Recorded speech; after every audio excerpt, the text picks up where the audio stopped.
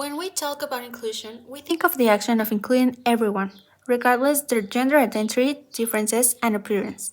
But why is inclusion so important? There are several types of inclusion, such as educational inclusion. It seeks to support all students regardless of their appearance or situation. For example, Isel is a student from another country. She doesn't speak Spanish. Look what their classmates will do.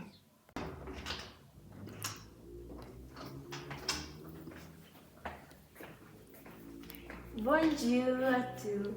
Je ne parle pas anglais.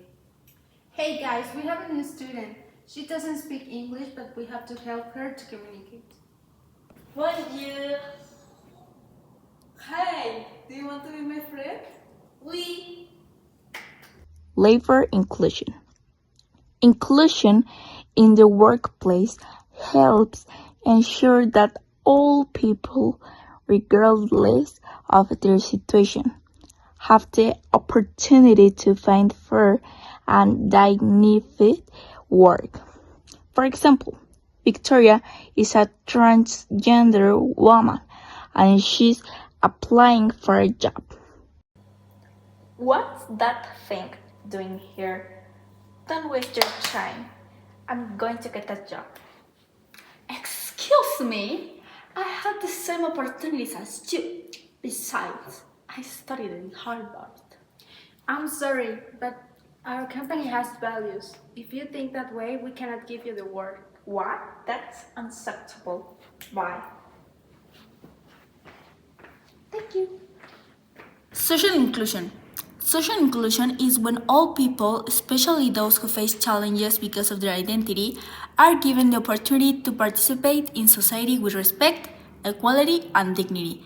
In this case, Sofia belongs to the emo community. She wants to make new friends. Hi, can I sit with you? No, you. What's wrong with this emo? What's wrong with you? You can't treat people like that. You can't Whatever. sit here. Come.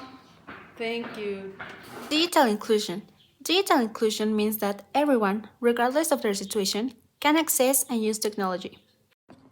Hello, we're doing this auction to support students who can't afford an iPad for school. The first thing will be this vase made by Juan de Larco. So, we're going to start with $20. $20. Who's going to give more than $20? Okay. I see 30 in the back. 30 in the back. Okay. It's going to sell 1, 2. I see $50 in the back. It's going to sell 1, 2, 3. Selling the man in the black. Economic inclusion. It seeks to ensure that people at risk of poverty and exclusion have the same opportunities and resources necessary to be part of society. For example, Isel is a poor person. Regardless of her appearance, the workers do not discriminate against her and treat her appropriately.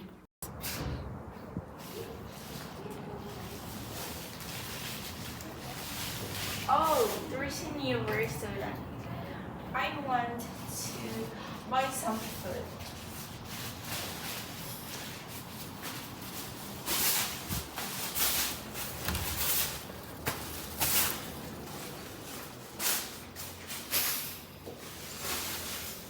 Hi, can I help you with something?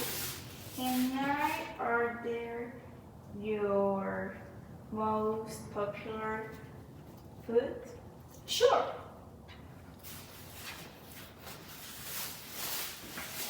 Cultural inclusion. Inclusive culture seeks to create a more just society without inequality. It is related to an education that not only teaches emotional and ethical values. For example, Isel has Mexican and French nationality, and she's proud of it. Can you tell me more about your culture? I love it. Of course. I have lived in France and Vulnerable groups refer to segments of the population that are more susceptible to experiencing harm, discrimination, or disadvantage due to various factors such as their social, economic, geographic location, or physical circumstances. Some groups of people may face more difficulties in society. such as having less access to resources, opportunities, or needing special support. Some common examples include children, people with disabilities, women, and migrants. In Mexico, the perspective of inclusion focuses on ensuring that every individual has access to social rights and full participation in society. The goal is to eliminate barriers that prevent people from integrating into different areas and reduce inequality. It wants to create a more just society where everyone has the same resources and safe spaces to discuss. In the school environment, inclusion guarantees that the necessities of all people are taken into consideration. Statistics in Michoacán regarding inclusion. 17.4% of the population has some type of disability, which is equivalent to 800,000 people. Michoacán ranks 60 in Mexico for people with disabilities. It has 56 basic rehabilitation units. An example of inclusion in our school is the ramp of disabled people, whether in a wheelchair or on crutches, but this part could be greatly improved as there are many other places in the school that can't be accessed without using stairs that do not have a ramp.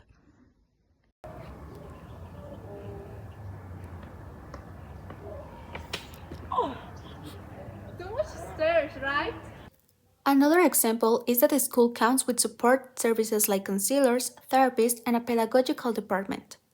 Also, the school has several values that are taught within the classes, such as not discriminating or judging someone based on their appearance, situation, or condition. The place we selected was the classrooms in a school because they are areas that can be improved regarding our topic. They are places where all the students learn, which means everybody must have the same opportunities to develop freely. Attention Deficit Hyperactivity Disorder, ADHD, is a mental disorder that involves a combination of persistent problems such as difficulty paying attention, hyperactivity, and impulse behavior. This means that children with this condition may struggle with concentration and paying attention in school. We interviewed some students with ADHD to find out their perspective on school. ¿Y cambió algo? Pues no mucho. Realmente yo no tenía como yo no sabía que tenía eso. ¿Qué cambios te gustaría que hubiera en tu salón de clases para poder concentrarte mejor? Que no se burlaran de mí por tener eso.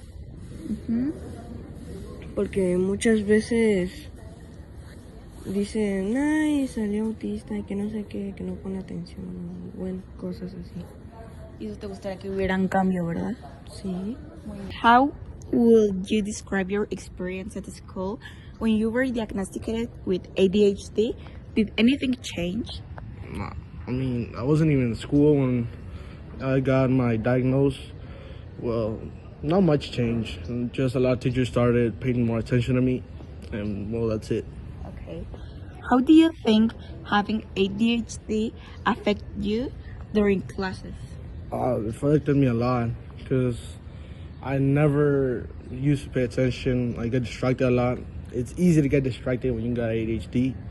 So that could affect you. And because of ADHD, you don't pay attention to other people's feelings, and you can say something that may offend someone else.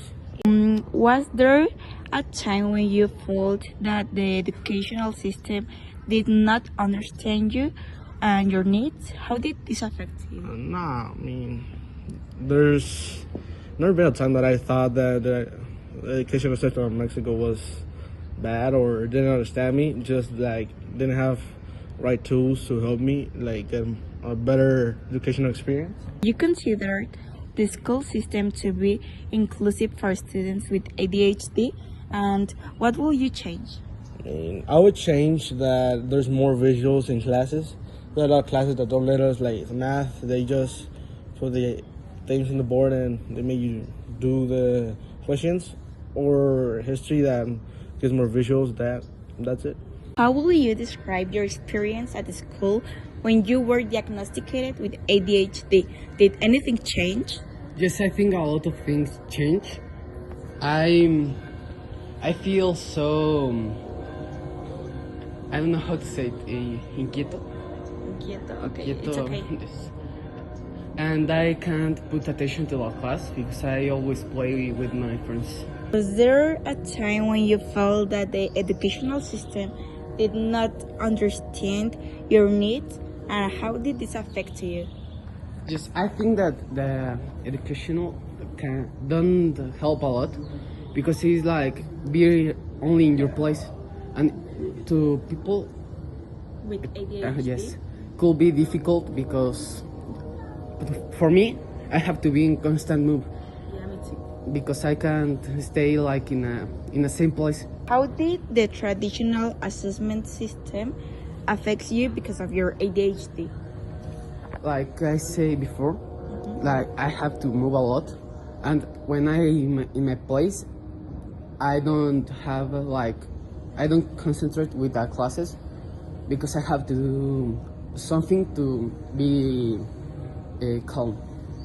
These are the needs of a student with ADHD, which can be implemented at school. A structured environment. Students need well-defined routines, clear and simple goals, and schedules to help them stay focused on the task. Minimize distractions. Quiet learning rooms without loud or annoying noises. Comfortable seatings, chairs, and spaces with less distracting objects, avoiding the disorder. Opportunities to move. Short breaks to rest, walk, or play. Physical activities such as stretching and movement based on exercises. And hands-on learning experiences that help maintain focus and reduce restlessness.